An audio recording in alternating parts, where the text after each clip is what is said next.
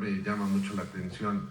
El día de ayer, el gobernador Curi difundió un video donde está conversando con una legisladora española, Cayetana Álvarez de Toledo, quien ella dijo que nosotros, las y los mexicanos, deberíamos de agradecer la conquista porque la civilización avanzó en América.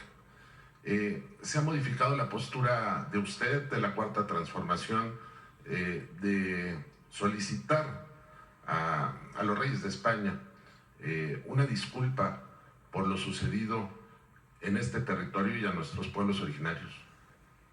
La derecha, y particularmente la derecha española, con esta legisladora, pues tiene una posición muy atrasada, porque a nivel internacional la visión de los pueblos indígenas no tiene que ver con aquella visión del siglo XVI, de que llegaban a los territorios a civilizar a quienes vivían en esta tierra.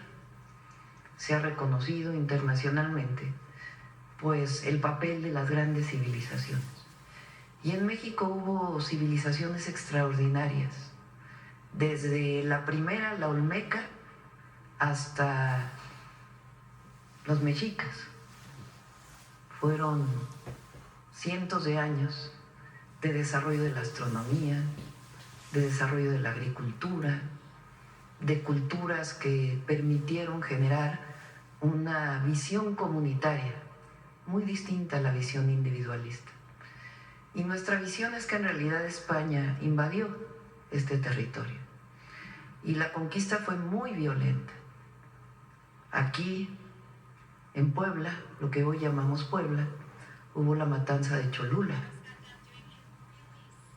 que arrasaron con población completa, o aquella de Pedro de Alvarado en el Templo Mayor, donde se estaba celebrando una fiesta y los españoles arrasaron con la población.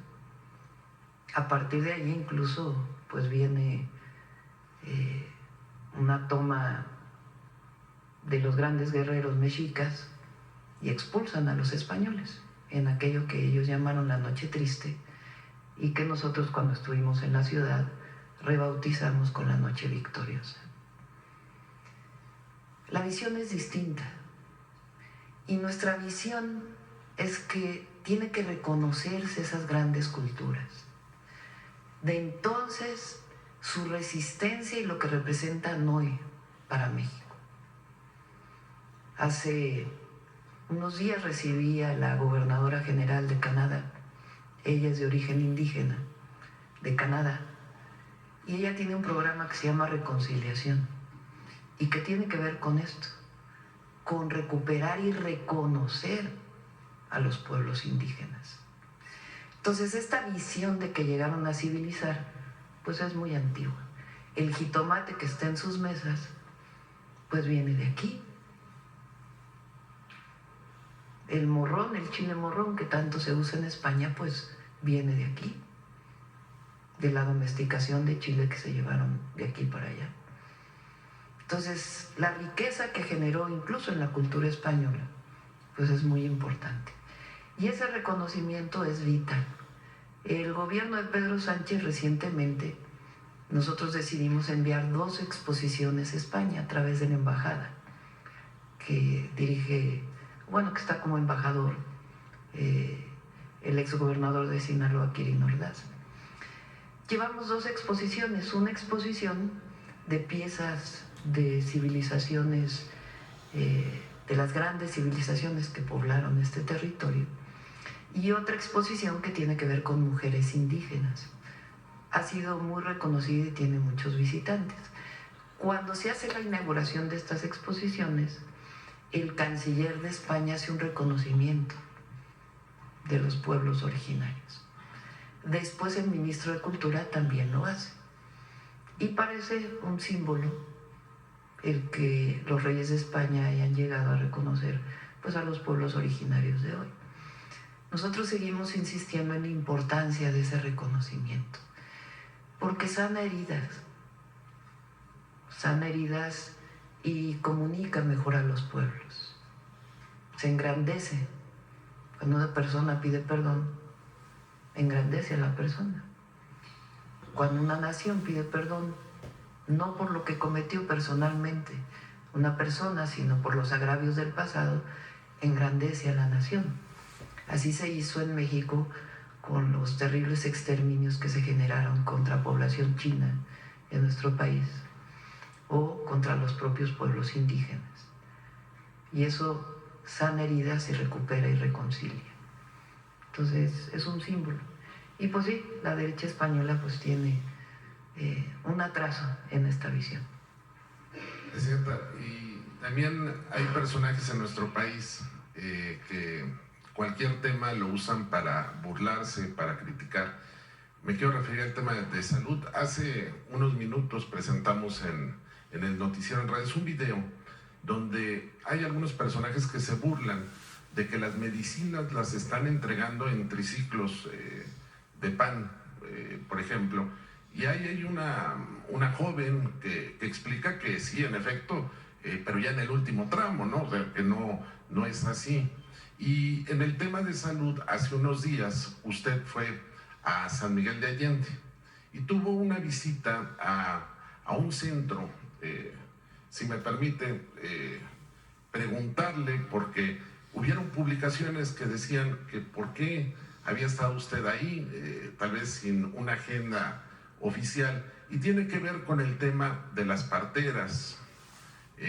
La crítica que hicieron algunos es que por qué su gobierno va a fortalecer el tema de las parteras y por qué no los mecanismos de medicina, no sé, no quiero usar el término tradicional, porque de medicina alopáticas, correcto.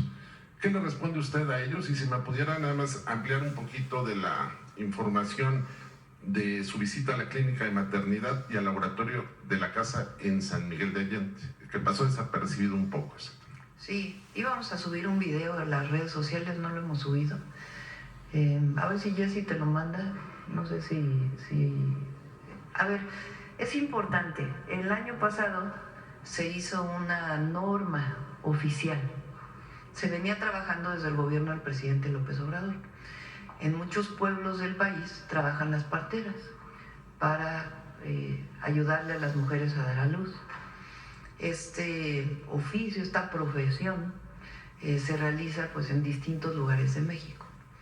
El objetivo es que una mujer pueda dar a luz con una partera, pero en un hospital o en una clínica, en donde haya médicos, ginecólogos, pediatras, todo lo que tiene que ver con la atención de una mujer que está dando a luz y toda la atención durante el embarazo. El objetivo, y esa es la norma, es que las parteras se incorporen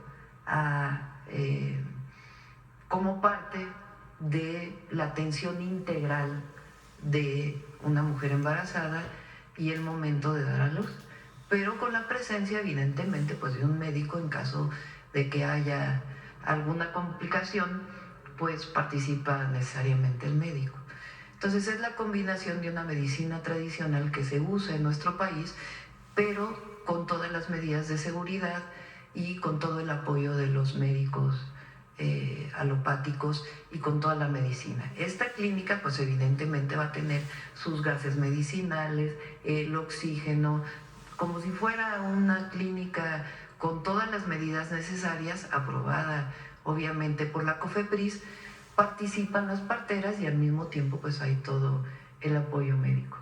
Este trabajo es un trabajo que han realizado dos personas desde hace mucho tiempo en Guanajuato y está pues aprobado y apoyado por la Secretaría de Salud. Si quieres saber, pon el video y luego lo subimos a las redes y ya te lo mando Jessy, no sé cómo lo editaron, ni yo lo he visto, así que vamos a verlo. Estamos en San Miguel de Allende, con Casilda, con Manuela, que son parteras tradicionales, y estamos en una casa que ha donado Nadine Goodman y Alejandro González, que desde hace muchísimos años se han dedicado a defender y a promover la partería tradicional y a reconocer el derecho de las mujeres a tener un parto de acuerdo como ellas quieren. A partir de ahí se ha hecho una norma oficial, incorpora las parteras tradicionales, pero también garantiza todos los derechos médicos. Es decir, que en los lugares puede haber parteras tradicionales, pero también especialistas médicos que atiendan a las mujeres. Si hay un caso de un parto que se complica, pues puede haber todas las condiciones para salvar la vida de la mujer. Esta norma es muy importante porque reconoce el parto como algo normal y también recupera un conocimiento tradicional, ancestral, benéfico. Así que junta el conocimiento ancestral con la medicina alopática, pero permite que mujeres con tanto conocimiento como Casilda, como Manuela, se incorporen también a la medicina mexicana. Es importante que se sepa que este es un centro de excelencia. Aquí también se va a enseñar la partería proporcional y la idea es que pueda haber esta profesión en las universidades públicas, que se reconozca como una profesión. Es algo único, innovador en México, porque la innovación no solamente son las altas tecnologías, sino también la recuperación y la incorporación de los conocimientos tradicionales con la medicina. Ya se va a arreglar esta casa, que es una casa además hermosísima, y aquí pues se va a tratar a las mujeres que así lo deseen, y también es un homenaje a las parteras. Muchas gracias, y hay que darle también su reconocimiento a Jesús, que estuvo años y años luchando por eso. Así que este es parte del México mágico, del humanismo mexicano. No se olviden de luchar por una vida mejor. Precioso. Pero me gusta, mi canción. Sí, está precioso. Porque va diciendo por dónde me Tienes gusta. una voz preciosa. Ay, gracias. Es el humanismo mexicano, Presidenta. Muchas gracias. Nada más, si me permite. Esa clínica, así como usted vio, se va a remodelar completamente. Va a tener gases medicinales, va a tener oxígeno, va a tener las camas adecuadas para recuperar pues este conocimiento tradicional, pero con todo el apoyo médico. Si me permite nada más, con respecto a usted, sí me llamó mucho la atención el tema del saqueo institucional aquí en Puebla. Nada más si el gobernador nos pudiera, si usted lo autoriza, nada más de manera breve explicarnos, porque se acabó la robadera, pero 50 millones de pesos por año hasta una fecha así. ¿Cómo se llega? 500, ¿cómo se llega a esas cifras, Presidenta? ¿Y hay algún caso en el gobierno federal que usted haya detectado similar a ese saqueo? Yo me acuerdo que había un tema de los reclusorios o de los centros. ¿Eso qué se está haciendo en su gobierno para evitar ese error?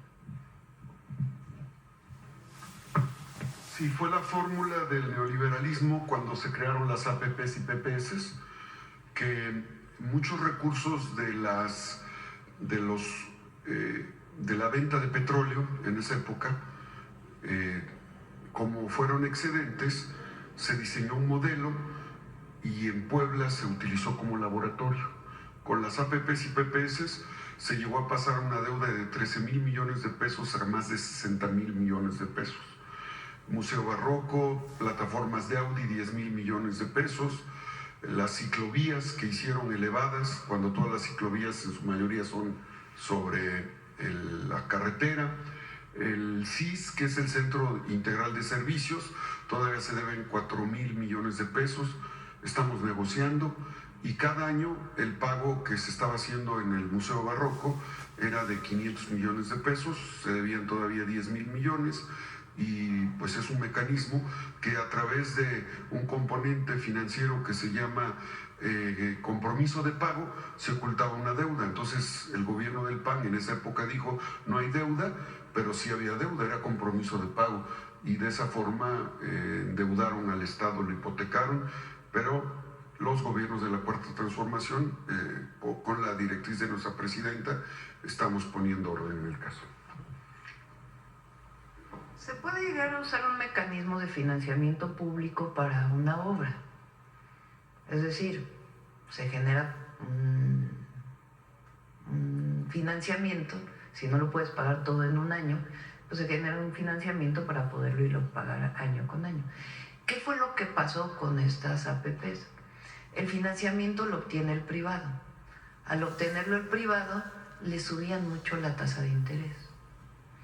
Entonces, cuando subes mucho la tasa de interés, pues vas a pagar mucho más. Si adquieres una deuda con 20%, 25% de tasa de interés, pues estás pagando más. Entonces se inflaron muchísimo las deudas a través de este mecanismo. En el periodo del presidente López Obrador, los centros penitenciarios que fueron contratados de esta manera, se mantuvo el esquema, pero se le bajó muchísimo, porque en realidad pues había mucho que se estaba llevando, pues quién sabe quién, ¿verdad? Entonces, no es malo utilizar mecanismos de financiamiento, el problema es cómo los usas. Si los usas de una manera en que subes mucho la tasa de interés y otros que van asociados, pues entonces se generan pagos muy grandes. En estos mecanismos de las APPs, como muchos de los hospitales se querían que funcionaran, se daba el financiamiento y ¿quién opera? Opera el privado, el lugar. Y también ahí pues subían mucho los costos de operación y mantenimiento. Entonces, repito, no es malo utilizar mecanismos de financiamiento, el asunto es cómo utilizas estos mecanismos de financiamiento. Y así fue que se redujo de manera muy importante, lo hizo Rosy Cela cuando estaba en la Secretaría de Seguridad, bajó muchísimo el pago de los centros penitenciarios. Bueno, yo creo que ya cerramos, ¿no? Además, hoy nos toca Mujeres en la Historia. Vamos, Noemí, para cerrar.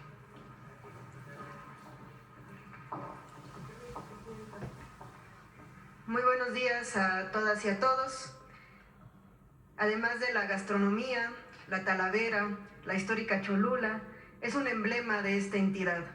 Una pista nos la da la mujer de la que hablaremos hoy. Dice, es su belleza impasible, es su masa enorme, es su boca sellada por nieves perpetuas. ¿De quién hablamos? Iztaccíhuatl.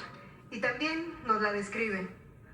Mas dentro del enorme mole que aparentemente duerme y solo belleza revela a los ojos humanos, existe una fuerza dinámica que acumula de instante en instante una potencia tremenda de rebeldías que pondrán en actividad su alma encerrada.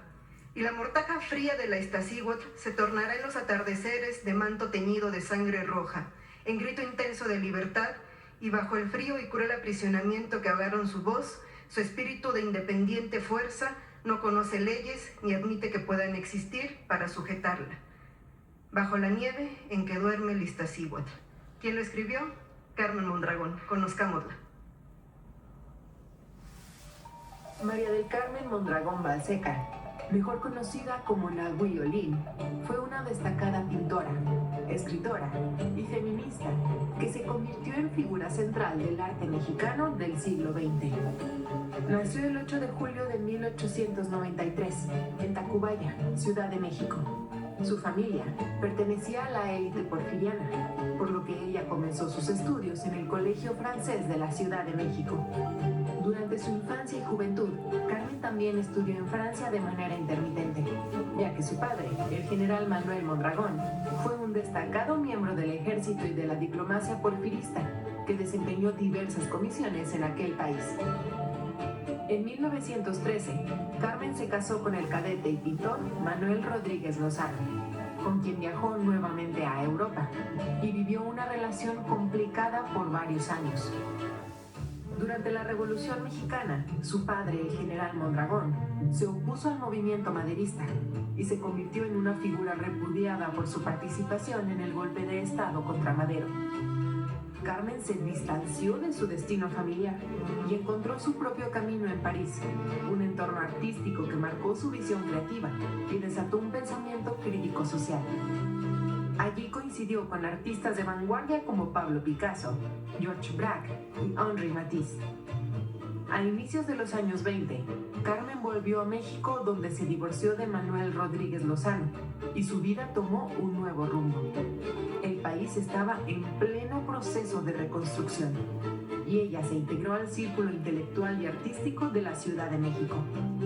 En las décadas de 1920 y 1930 fue modelo, entabló amistad y colaboró con artistas como Edward Weston, Diego Rivera, Frida Kahlo, Lola Álvarez Bravo, David Alfaro Siqueiros, Guadalupe Marín, José Clemente Orozco, Tina Modotti y Gerardo Murillo, Dr. Atl, quien la bautizó como Nahui Olin, el quinto sol mexica. Una potente metáfora de su vida y obra, siempre en transformación. Mi nombre es como el de todas las cosas, sin principio ni fin, y sin embargo, sin aislarme de la totalidad por mi evolución distinta en ese conjunto infinito. Las palabras más cercanas a nombrarme son Nahui Olin, nombre cosmogónico, la fuerza, el poder de movimientos que irradian luz, vida y fuerza. Bajo esta nueva identidad artística, Nahui Olin incursionó en la pintura y la escritura. Llegó a publicar varios textos de poesía, reflexión filosófica y de corte autobiográfico. De su obra Óptica Cerebral, Poemas Dinámicos, el poema sobre mi lápida, condensa su espíritu creativo. Independiente fui, para no permitir pudrirme sin renovarme. Hoy, independiente, pudriéndome me renuevo para vivir. Durante más de 50 años, Nahui Olin creó también una vasta obra pictórica, profundizando en el autorretrato, el cuerpo, la sensualidad y el erotismo. Sin embargo, enfrentó duras críticas y la marginación social por expresar y vivir su sexualidad libremente.